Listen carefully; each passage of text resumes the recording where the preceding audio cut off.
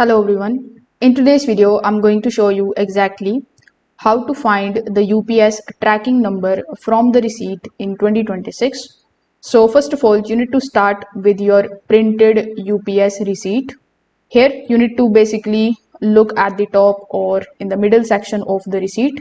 You need to find a long number which will be labeled as a tracking number, as it can be seen in this particular screenshot.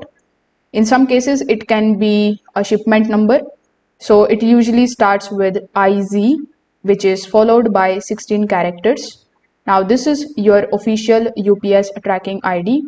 You just have to make sure that you don't confuse it with the transaction ID or store number. Now, if you're shipped your package online or through a UPS store, you can just simply open your mailbox and then you can search for UPS or shipment confirmation.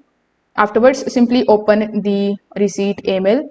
Over here, your tracking number will be clearly mentioned as it can be seen over here in this particular screenshot.